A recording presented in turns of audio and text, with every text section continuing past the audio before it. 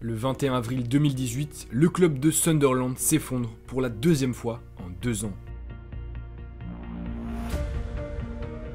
Opposés à domicile à leur principal concurrent au maintien, Burton Albion, les Black Cats mènent au score jusqu'à la 86e minute de jeu, puis encaissent 2 buts coup sur coup, 2 buts qui les condamnent à une deuxième descente consécutive, cette fois en Ligue 1.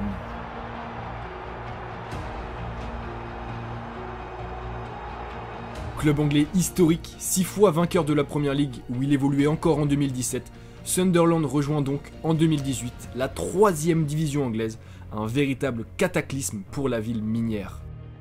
Alors quelle est l'histoire si particulière et instable de Sunderland, un club qui, on le rappelle, dominait largement le football anglais à l'aube du XXe siècle? Comment l'équipe s'est-elle finalement retrouvée aussi bas et aussi rapidement? On va voir ça dans cette vidéo, entre recrutement hasardeux, dettes et scandales financiers. C'est parti générique.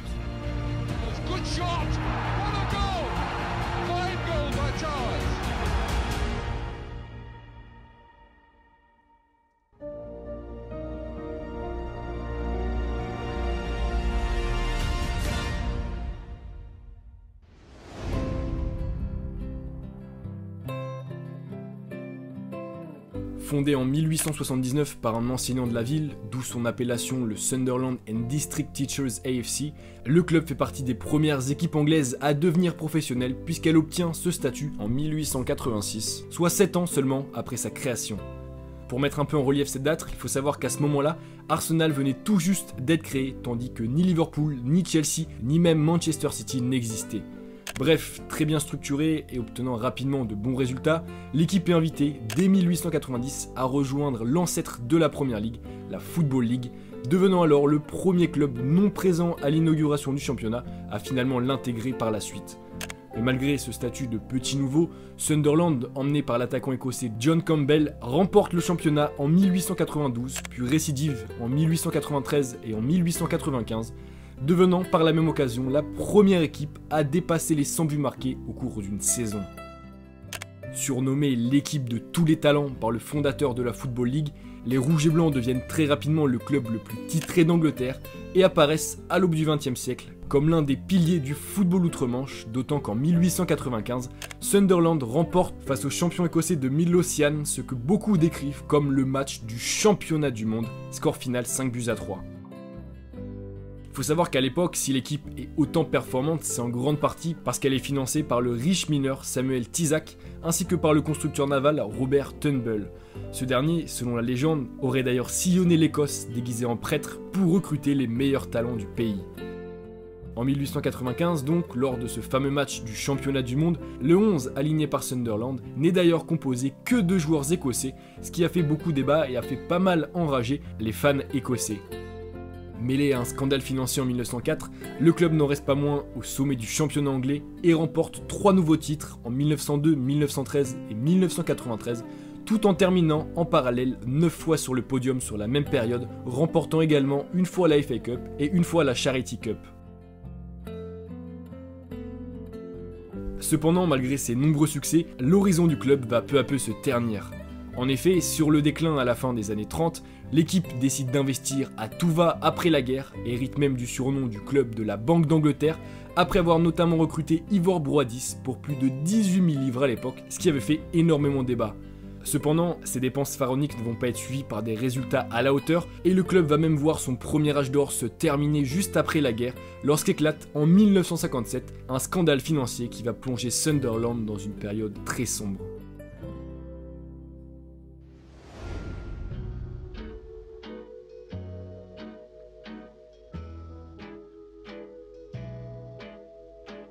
En 1957 donc, l'équipe, qui est alors plus une collection de joueurs talentueux qu'un véritable groupe solidaire, est plongée dans un scandale financier. Les dirigeants sont en effet reconnus coupables d'avoir versé aux joueurs des salaires supérieurs au salaire maximum. Ils sont donc condamnés à une amende et le président du club ainsi que 3 de ses collaborateurs sont suspendus, ce qui va très largement déséquilibrer le club en dehors du terrain, puis sur le terrain, si bien que Sunderland va être relégué en D2 la saison suivante, soit en 1958, pour la première fois de son histoire et après 58 saisons consécutives en première division. Retrouvant la Première Ligue 6 ans plus tard, l'équipe n'en a pas moins largement perdu de sa superbe et flirte pendant plusieurs années avec le bas du tableau avant d'être à nouveau relégué en 1870. Mais alors dos au mur et sur la pente vraiment descendante, c'est bel et bien à ce moment-là, et en deuxième division, que Sunderland va réaliser sûrement le plus bel exploit de son histoire, en remportant contre toute attente la FA Cup, grâce à une victoire 1-0 face à Leeds United. Une victoire extrêmement importante, puisqu'elle permet aux Black Cats, emmenés par l'excellent gardien Jim Montgomery, de jouer une compétition européenne, la Coupe des vainqueurs de coupe de l'UEFA, pour la seule et unique fois de leur histoire. Cependant, malgré l'euphorie, l'aventure européenne de Sunderland est courte, puisque l'équipe, après une victoire face à Vassa CS en 16e de finale, s'incline au tour suivant face au Sporting Lisbonne. Mais malgré ce parcours européen qui a quand même permis au club de retrouver la lumière pour un court instant, Sunderland va rapidement retrouver le marasme des enchaînements montées et descentes et les déséquilibres qui les accompagnent, repoussant les succès du XXe siècle toujours plus loin. Promu en 1980 en Première Ligue, l'équipe est reléguée presque 2 fois consécutivement en 1985 puis en 1987 et se retrouve pour la première fois de son histoire et aux plus grandes dames de ses supporters en 3e division, un véritable cataclysme.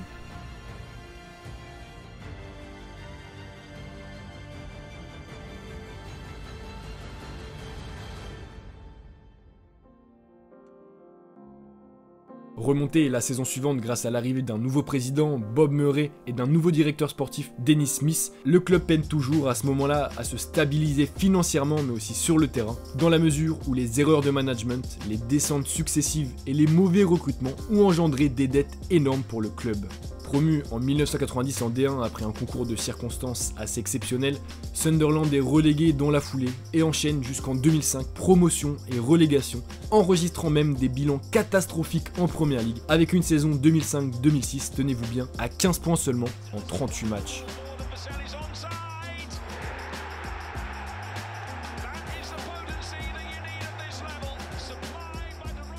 À ce moment-là, vraiment dos mur, le club va pourtant connaître un tournant en juin 2006 lorsqu'il est racheté par le consortium de Drumaville, composé de riches hommes d'affaires irlandais qui possèdent des moyens financiers très importants et qui souhaitent par-dessus tout faire retrouver au club sa renommée d'antan.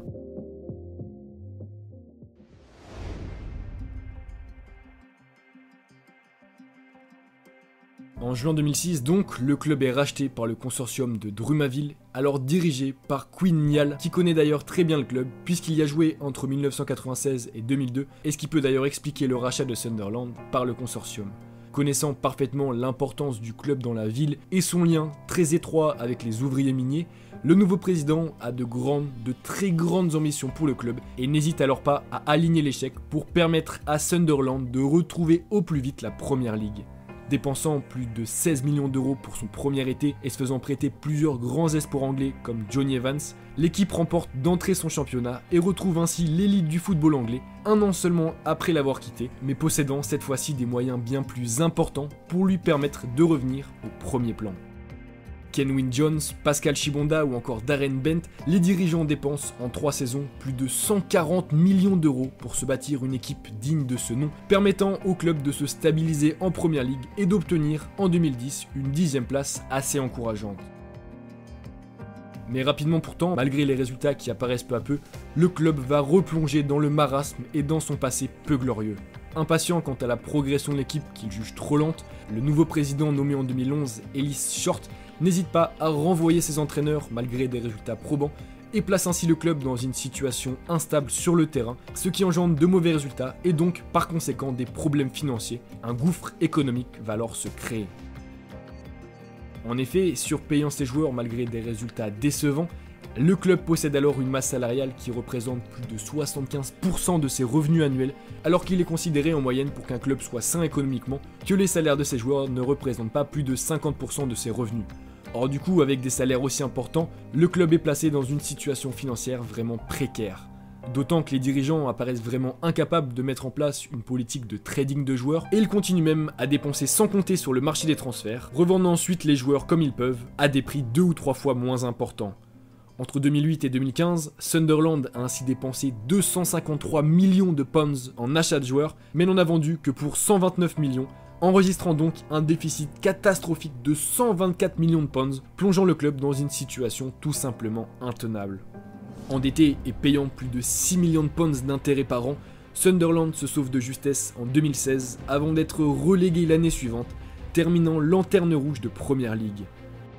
Et handicapé par les départs de nombre de ses titulaires à l'image de Pickford, de Jermaine Lens ou encore de Defoe, et surtout incapable de pallier à la baisse pharaonique des droits TV à la suite de la descente en D2, le club est relégué une deuxième fois consécutivement et retrouve en 2018 la 3e division anglaise pour la deuxième fois de son histoire, une véritable catastrophe.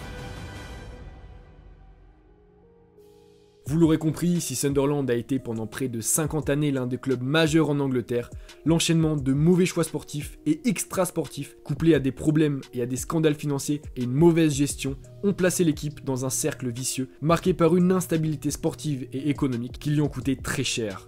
Aujourd'hui, le club peine à briller au haut niveau et évolue toujours au 3e échelon du football professionnel anglais. Mais depuis 2018 et l'arrivée au club d'un nouveau président en la personne de Stewart Donald, les choses changent. Mettant en place une politique de recrutement beaucoup plus réfléchie et raisonnée, le nouveau président mise en grande partie sur la jeunesse et la formation pour peu à peu remonter la hiérarchie du football anglais.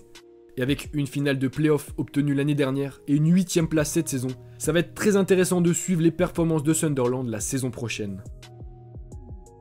Et donc voilà les gars, c'est déjà la fin de ce reportage sur Sunderland, vous avez été très nombreux à me le demander, donc ça a été avec un grand plaisir que je l'ai fait, que je l'ai réalisé. D'ailleurs voilà, vous devez tous être au courant, mais si jamais c'est pas le cas, n'hésitez pas à aller regarder la série sur Netflix sur Sunderland, c'est un grand plaisir et vous pouvez vraiment voir de plus près ce qui s'est passé dans ce club sur les 2 dernières saisons. Bref les gars, c'était Val, j'espère que vous avez apprécié, n'hésitez pas à me dire en commentaire, comme d'habitude, quelle équipe vous avez envie de voir étudier. Bref les gars, bonne rentrée à vous, prenez vraiment soin de vous, profitez bien, peace.